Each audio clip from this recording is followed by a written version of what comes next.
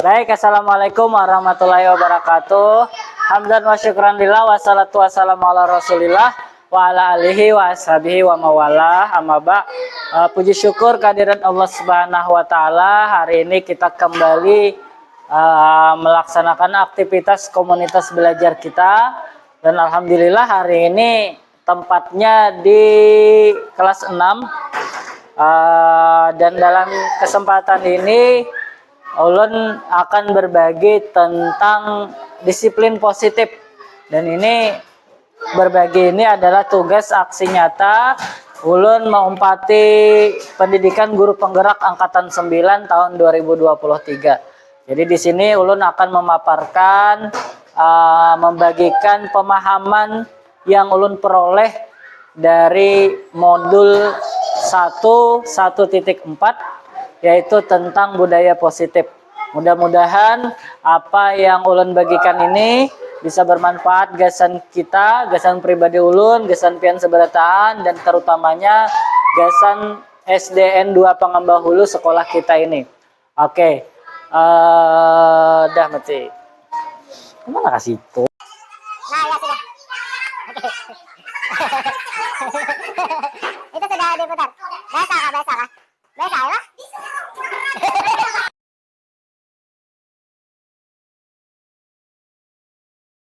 Boleh ada yang tahu budaya positif nih kira-kira apa maksudnya? Ada yang tahu? Bagus, Ibu Jack ya.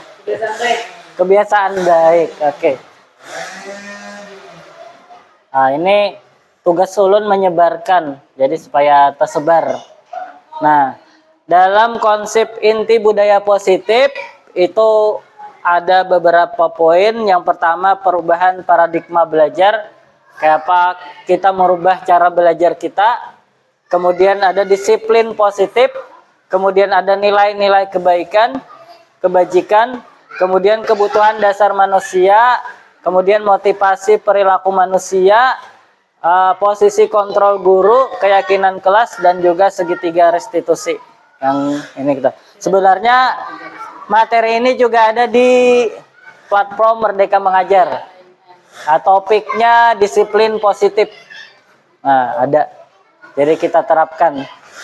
Nah, kalau yang sudah, mungkin ini penguatan saja. Nah, pembelajaran dengan paradigma baru. Nah, pembelajaran dengan paradigma baru adalah pendekatan pembelajaran yang berfokus pada prinsip berdiferensiasi. Berdiferensiasi artinya menghadirkan pembelajaran yang menyesuaikan lawan kebutuhan murid kita. Nah, apa kebutuhan murid kita sesuaikan. Ini K7 menggambar. Mungkin karena tugasnya menggambar. Ini K7 menulis, tugasnya menulis. Nah, itu. Jadi menyesuaikan.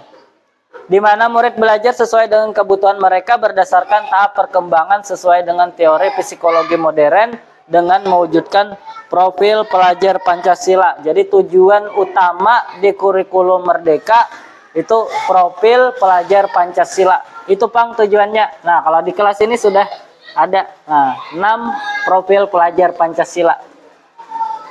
Itu tentang paradigma belajar baru. Kemudian ini profil pelajar Pancasila yang tujuan kita melajari wadah murid kita ya ini.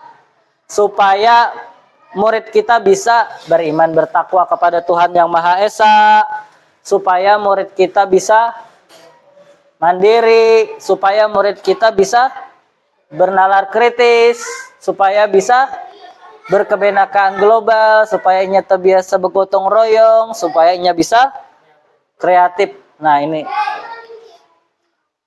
Nah, kemudian mengubah paradigma stimulus respon ke pendekatan teori kontrol. Nah, jadi ada dulu. Kalau stimulusnya, realitasnya itu kebutuhan kita sama. Jadi kebutuhan kita sama, kebutuhan guru, kebutuhan murid, semuanya murid itu sama. Tapi kalau menurut teori kontrol, kebutuhan kita beda-beda. Kita hendak sekolah, ada yang sekolah, hendak ini, hendak itu, beda-beda. Nah, itu. Kemudian semua orang melihat yang sama. Nah, kalau kita melihat murid itu sama. Padahal sebujurnya murid itu beda-beda. Ada pandangannya yang murid dari sebelah sana melihat pandangannya warnanya hijau. Kalau dari sana mungkin oranye. Nah, jadi beda-beda. Nah, ini paradigma stimulus respon ke pendekatan teori kontrol. Kalau zaman sekarang itu pakai teori kontrol. Nah, kemudian disiplin positif. Nah, disiplin berasal dari kata disiplina yang artinya belajar. Disiplin mengacu pada disiplin diri yang memiliki tanggung jawab terhadap apa yang dilakukannya berdasarkan nilai-nilai yang diyakini. Kadang kita menyuruh kanak-kanak tuh supaya disiplin.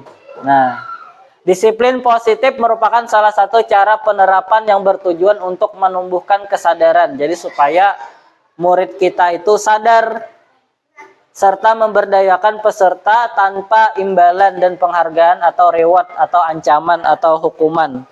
Nah, jadi kayak apa inya itu supaya sadar tanpa harus inya takutan kita hukum, tanpa harus takutan inya dapat sanksi, atau bukan karena inya hendak hadiah jadi hakun kayak bisa sapu.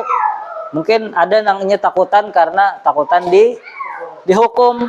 Nah, kayak apa kita menumbuhkan disiplin positif wadah murid tadi supaya bila datang ke sekolahan hari Selasa inya giliran inya bisa sapu seorang. Nah, itu tujuannya. Kemudian sebagai guru tujuan kita adalah menciptakan murid yang memiliki disiplin. Nah, kita berupaya kalaunya muridnya disiplin atau kada itu sesudahnya. Pokoknya kita berupaya dulu kayak apa inya supaya disiplin.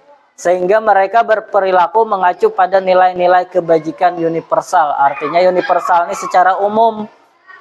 Bila orang tuh pasti menganggap itu sudah baik. Nah, itu universal. Bisa sapu.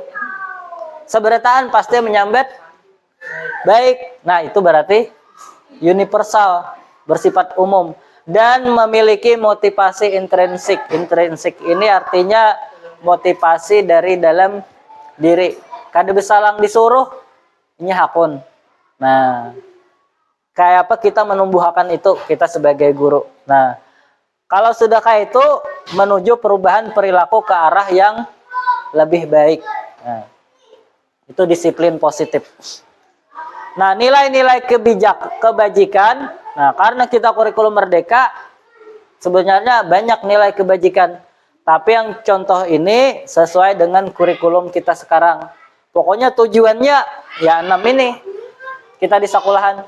Belajaran tujuannya 6 ini. Supaya beriman, mandiri, bernalar kritis, kebenaran global, gotong royong, kreatif. Lebih dari ini banyak lagi sebujurannya. Tapi kalau dari kurikulum, nilai kebajikannya sudah dipangkas jadi ini.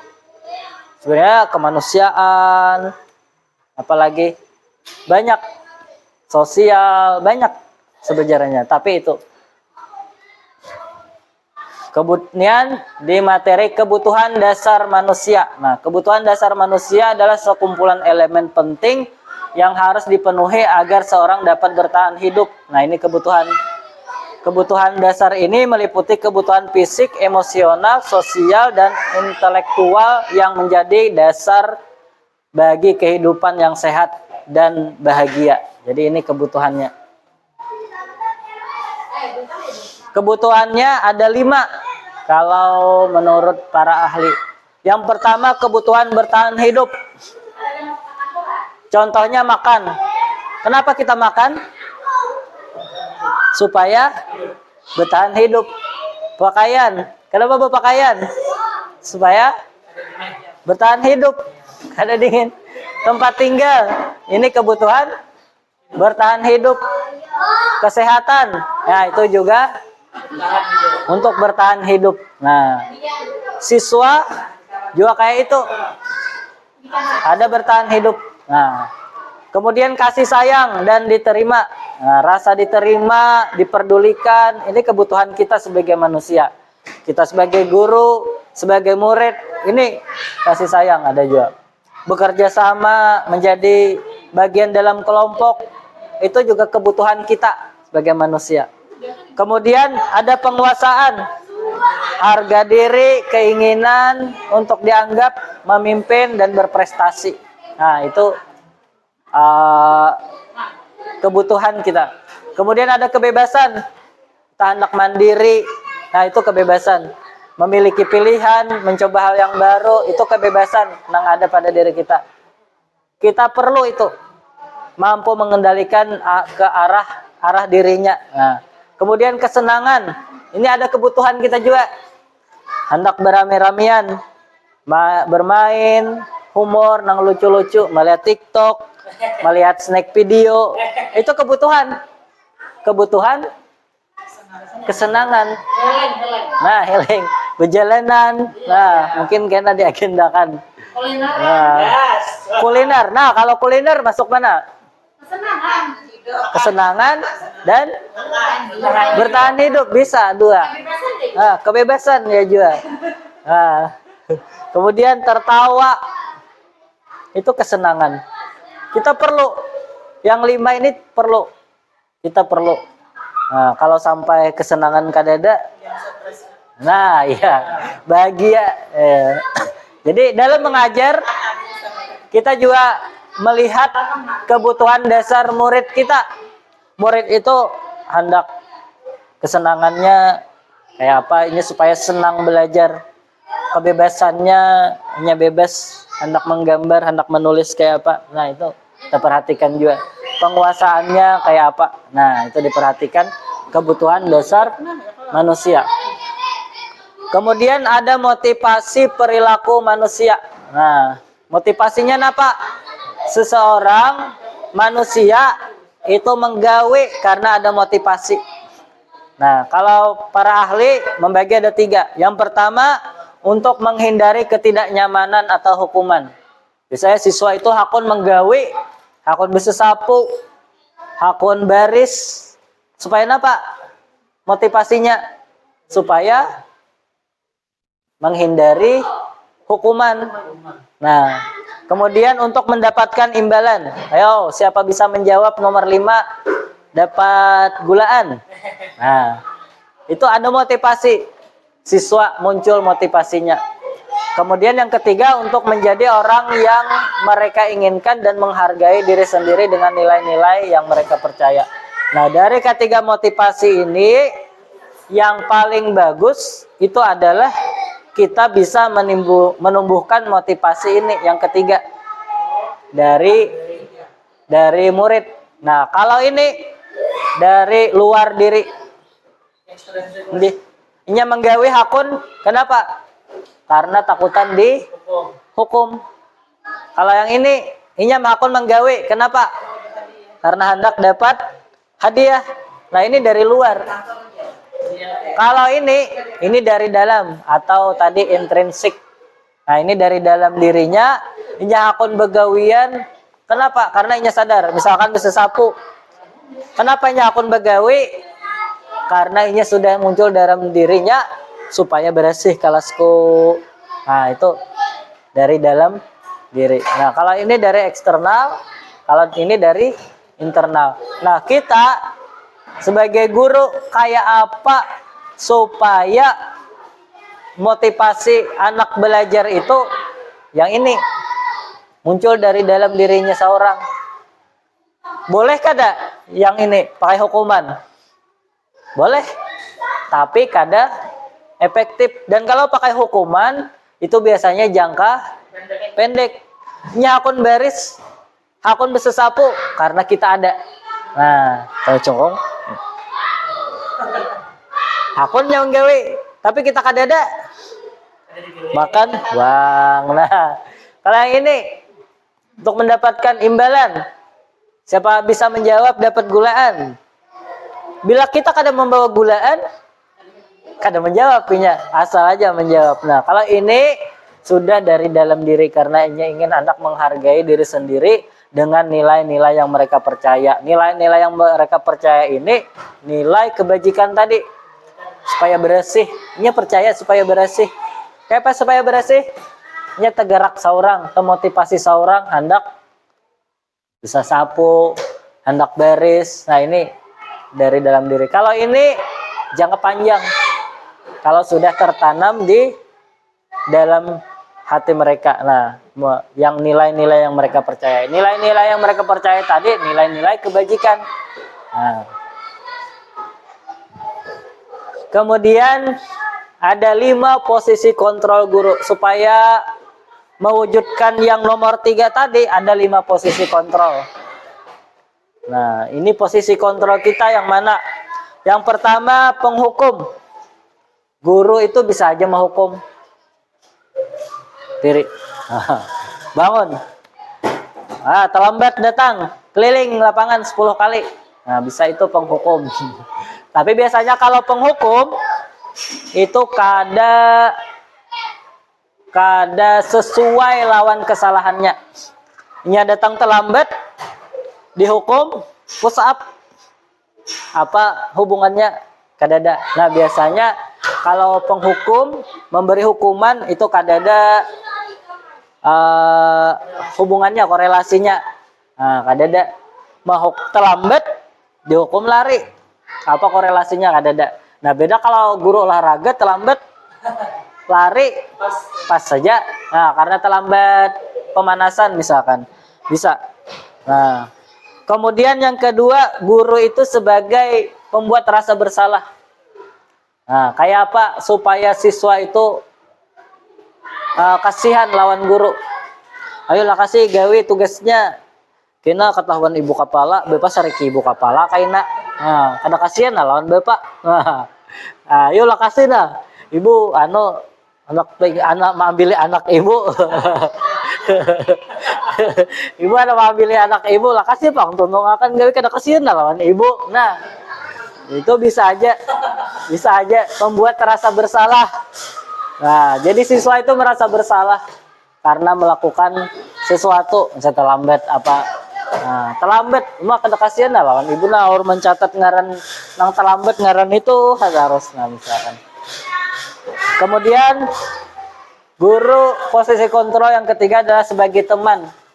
Jadi bisa sebagai teman. Ayo, makasih gawe. Oh, kada bisa nomor berapa? Nomor 3, nang kada bisa. Sini, Bapak Gani. Nah, Gani itu sebagai teman. Posisi kontrolnya. Nah, yang keempat, posisi pemantau. Jadi guru itu bisa jadi pemantau. Tuh ngeliati, "Hei, itu buang sampah sembarangan." Nah, semalam sudah buang sampah sembarangan, napa hukum konsekuensinya napa? Harus mengambil 10 sampah lagi misalkan. Nah, ambilnya. Nah, itu posisi pemantau. Jadi melihati bila ada kesalahan murid, nah itu dipantau, ditanya konsekuensinya. Nah, kemudian yang kelima posisi kontrolnya adalah sebagai manajer. Nah, guru sebagai manajer. Kalau manajer ini melakukan praktek restitusi. Nah, mungkin sudah ada yang belajar, ada yang sudah Ibu Lestari. Nah, Ibu Lestari sudah, karena disiplin positif sudah dipelajari. Kalau sebagai manajer itu jika ada siswa yang melakukan kesalahan itu dipanggil, ditakuni, kayak Pak, kenapa sampai berbuat salah, bagus kada salahnya, bujur kada salah. Nah, kemudian mencari solusi supaya jangan berbuat salah lagi. Ini posisinya sebagai manajer. Nah, dari yang kelima posisi kontrol ini semuanya bisa menumbuhkan disiplin. Lisan murid bisa. Tapi yang paling bagus, yang sukses indikatornya adalah posisi sebagai manajer. Kalau yang penghukum tadi itu bisa aja disiplinnya muncul, tapi jangkanya jangka pendek tadi. Kita kada ada lagi, kada menghukum lagi. Nya. Nah, sama membuat rasa bersalah. Kita kada ada lagi.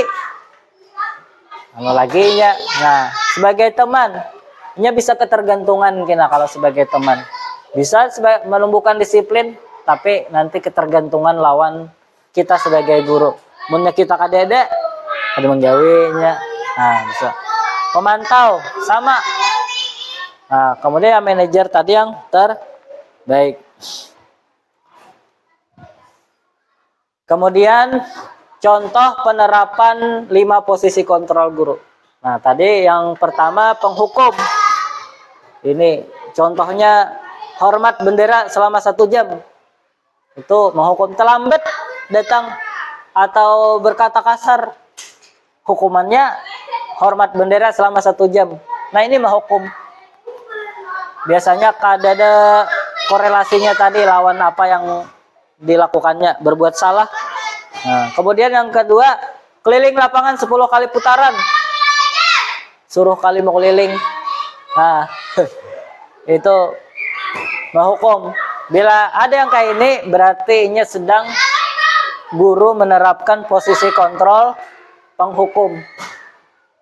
Nah, kemudian yang kedua tadi contohnya adalah 5 posisi kontrol guru sebagai pembuat rasa bersalah.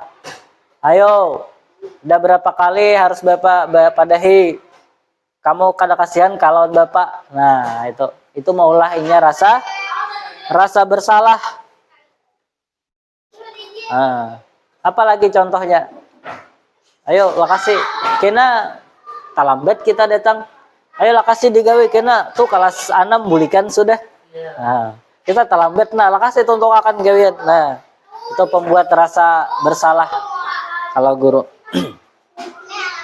Kemudian kalau posisi kontrol sebagai teman, nah, ayo ikuti aturan sekolah, tolong bantu ibu, nah, salajur bantu ibu, salajur gini ibu sana. Nah, itu sebagai teman. Kada bisa menjawabnya, ya sudah ada papa. Kaina jangan kayak ini lagi lah. Terlambat datang. Nah, kenapa terlambat? Nah, ayo kada papa. Kaina jangan kayak ini lagi lah, jangan terlambat lagi lah. Nah, itu sebagai teman. Kemudian posisi kontrol selanjutnya sebagai pemantau. Nah, tadi dipantau. Kamu sudah tahu bahwa kamu ini melanggar peraturan. Udah tahu kada konsekuensinya. Nah, karena kada atribut misalkan. Setelah upacara beli atribut di koperasi, jangan diulangi lagi. Nah, ini biasanya mengaitkan lawan konsekuensinya. Dan sebagai pemantau, bilanya ada murid berbuat salah, itu konsekuensinya ada korelasinya, ada hubungannya. Kayak ini tadi melanggar kada lengkap atribut, maka konsekuensinya adalah manukar. Walaupun ia baju hanyar misalkan belum disuruh nukar atribut. Nah, itu posisi kontrol sebagai pemantau. Kemudian posisi kontrol sebagai manajer. Nah, sebagai manajer ini contohnya. Apakah kamu tahu kesalahanmu? Jadi kita takuninya. Ikam ini tahulah salah ikam apa. Nah, biar sudah tahu, hanyar distabilkan. Napa na ikam gawe ini? Kada papa. Kayak misalkan ada nang anak semalam tuh yang mengantuk di kelas. Sekalinya apa? Main HP di rumah. Dipanggil. Tahu kesalahannya apa? Tahu. Apa kesalahannya? Teguring di kelas. Kemudian distabilkan bahwa main HP itu kada apa-apa. Asal sesuai waktunya. Nah, kemudian bagaimana cara memperbaikinya, ditakuninya kayak apa supaya jangan terlambat lagi. Dan yang mencari solusi kayak apa memperbaiki itu lain guru, tapi muridnya. Ulun pai kayaknya main HP sampai jam 8 aja. Ulun pai masang alarm. Ulun pai entah banguni mama, entah banguni kakak. Nah, yang menentukan cara memperbaikinya itu murid seorang. Kita memancing anunya aja. Nah, lain kita yang mengasih solusi, tapi muridnya seorang. Ini posisi kontrol yang paling baik.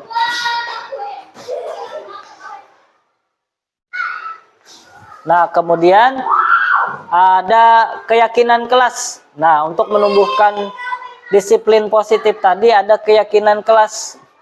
Kenapa keyakinan kelas? lain peraturan kelas. Kalau biasanya peraturan kelas. Kalau di sini keyakinan kelas. Kenapa keyakinan kelas? Kenapa? Ada yang tahu? Nah, kalau keyakinan kelas itu dibicarakan secara bersama-sama. Kalau peraturan kelas biasanya diulah oleh guru seorangan, datang tepat waktu, buang sampah, itu guru seorang. Kalau keyakinan kelas itu kesepakatan bersama. Jadi bila melanggar kesepakatan bersama. Nah, pembentukan keyakinan kelas ini bersifat abstrak. Jadi kada dia ada. Yang kedua berupa pernyataan universal. Jadi yang umum, yang bersifat baik umum. Kemudian yang ketiga dibuat dalam pernyataan positif. Jadi bukan negatif. Misalkan buang sampah di tempatnya itu positif. Kalau yang negatif, jangan buang sampah sembarangan. Nah, ada kata jangan. Biasanya kalau kata jangan itu negatif. Nah, kemudian sedikit saja agar mudah diingat. Jadi jangan terlalu banyak. Cuman tadi bersifat universal. Menjaga kebersihan. Menjaga kebersihan tuh bisa sapu, buang sampah, mempel. Nah, itu jangan terlalu banyak. Kalau terlalu banyak, ngalih juga dilaksanakan. Kemudian sesuai dengan kondisi kelas dan sekolah. Jadi disesuaikan. Kalau sekolahannya keramik, bisa aja mempel. Kalaunya tanah, ya kan udah bisa. Nah, soalnya sehingga mudah diterapkan. Pokoknya yang mudah diterapkan di kelas. Nah, jangan sampai mengalihi. Kemudian semua warga sekolah atau kelas dilibatkan saat membuat keyakinan kelas. Jadi seberataan harus kompak. Guru, murid harus sepakat lawan keyakinan kelas tadi. Nah, kayak apa supaya jadi keyakinan kelas? Kalau sudah jadi keyakinan kelas, nyaman dijalankan bersama-sama. Jadi bukan peraturan kelas lagi, tapi keyakinan kelas. Jadi kesepakatan bersama. Bila melanggar kesepakatan, dan inya ingat, oh ini ulun dulu nih nama usul ini. Nah, ya. Jadi guru hanya sebagai fasilitator. Kemudian segitiga restitusi tadi pada posisi kontrol manajer. Jadi ada validasi tindakan yang salah, ada menstabilkan identitas, kemudian menyelayakan keyakinan. Kalau validasi tindakan yang salah tadi, kayak misalkan tadi kasus siswa teguringan di kelas. Teguringan di kelas, takuninya itu baik kah? Kada? Pastinya menjawab kada baik. Salah atau kada? Pastinya menjawab salah. Dan yang menjawab salah, ini seorang murid. Nah, karena yang menjawab seorang, itu ngarannya validasi. Jadi inya bujuran mengakui bahwa inya salah. Nah, misalkan kada bisa sapu tadi ditakuni. Bujur kada bisa sapu. Ay, kenapa masih ingat nih siapa yang kada bisa sapu? Ulun pai. Nah, itu memvalidasi. Kemudian menstabilkan identitas. Ini supaya inya kada tenggelam dalam rasa bersalah. Karena tadi sudah salah, distabilkan. Kayak painnya supaya walaupun salah, tapi bisa dimaafkan. Saya kada bisa sapu. Oh, bapagin dahulu waktu halus banu kada mau bisa sapu. Nah, bapagin dahulu di kelas mengantuk juga. Nah, atau mengantuk tuh manusiawi. Manusiawi. Ada wajar aja, ada apa-apa. Nah, misalkan. Kemudian misalkan buang sampah sembarangan mungkin karena kada ingat. Nah, buang sampah wajar aja.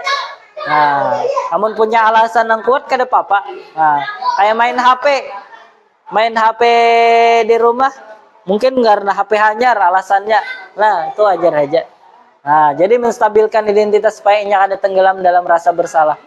Kemudian menanyakan keyakinan. Nah, kita takuninya ini salahnya di mana? Melanggar apa? Kalau main HP tadi main HP, kenapa main HP sampai larut malam sampai jam 12 malam? Kenapa nang dilanggar? Nah, keyakinan apa nang dilanggar nang kada dijalankan ini di sini. Sampai terakhir menanyakan solusi. Nah, ini sudah salah ini, kada apa-apa. Kayak apa solusinya? Nah, kalau yang kasus tertidur tadi solusinya adalah main HP-nya jangan landung, jangan larut malam. Kemudian pasang alarm supaya berbunyi. Kemudian minta gerak. Minta gerak siapa? Minta gerak orang tua di rumah. Nah, ini. Nah, kemudian ulun minta izin dokumentasi berbagi hari ini ulun upload kaina di YouTube. Nggih. Sebelum kita akhiri, kita ice breaking lagi.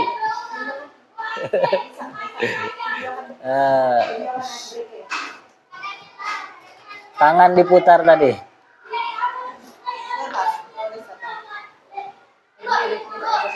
Oke, boleh berdiri dulu semuanya. Wah, iklan.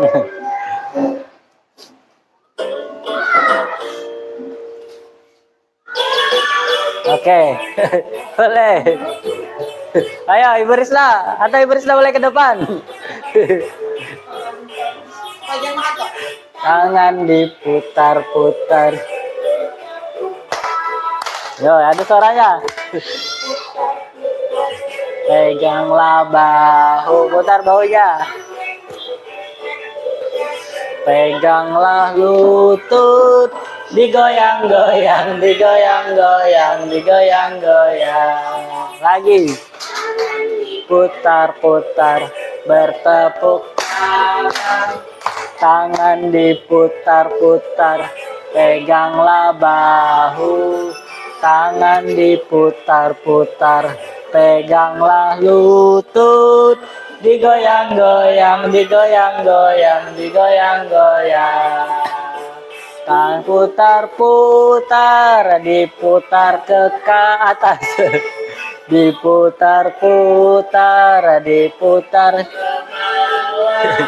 diputar-putar, diputar ke kanan, diputar-putar, diputar ke kiri.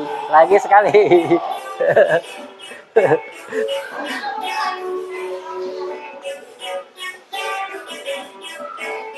Sampai habis.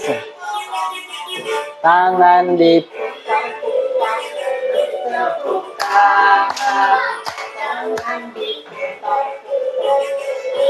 bahu, tangan diputar-putar, peganglah lutut, digoyang-goyang, digoyang-goyang, digoyang-goyang. Tangan diputar-putar, terakhir tepuk tangan. Peganglah bahu, tangan diputar-putar, peganglah lutut, digoyang-goyang, digoyang-goyang, digoyang-goyang. Air putar-putar, diputar ke atas, diputar ke bawah, diputar-putar, diputar ke kanan, diputar-putar, diputar ke kiri. Oke, tepuk tangan.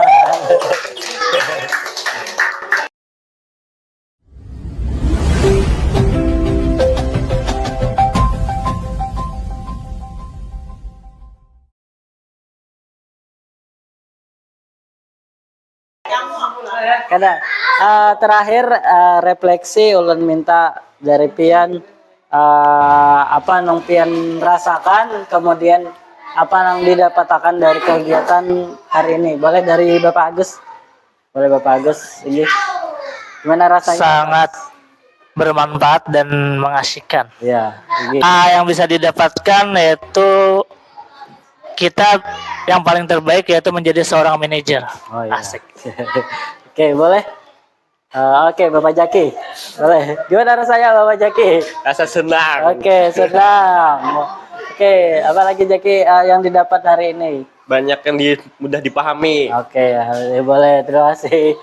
Oke, Ibu Iwai, ini Mendapatkan ilmu hal-hal yang baru yang bermanfaat. ya rasanya Senang. Oke, senang. Terima kasih, Ibu. Boleh Ibu Sarau. Setelah mengikuti ini, rasanya yang tidak tahu menjadi lebih tahu. Ya, oke, boleh. Ibu Aslah. Ya, setelah mendengar tadi lah kami sangat bermanfaat sebab di situ kami mendapatkan ilmu yang baru. Ya, oke. Terima kasih. Boleh Ibu Risna, gimana rasanya? Bulan rasa terhibur aja nah. Oke, boleh. Ibu Lestari. Sangat senang karena bisa mendapatkan ilmu yang lebih banyak lagi dan kemungkinan kami akan menerapkan budaya positif ini untuk menerapkannya di kelas. Oke, terima kasih Bu Lestari. Mudah-mudahan kita semua bisa bekerja sama menerapkan budaya positif ini, karena kalau sorangan itu ngalih juga. Bisa tapi ngalih.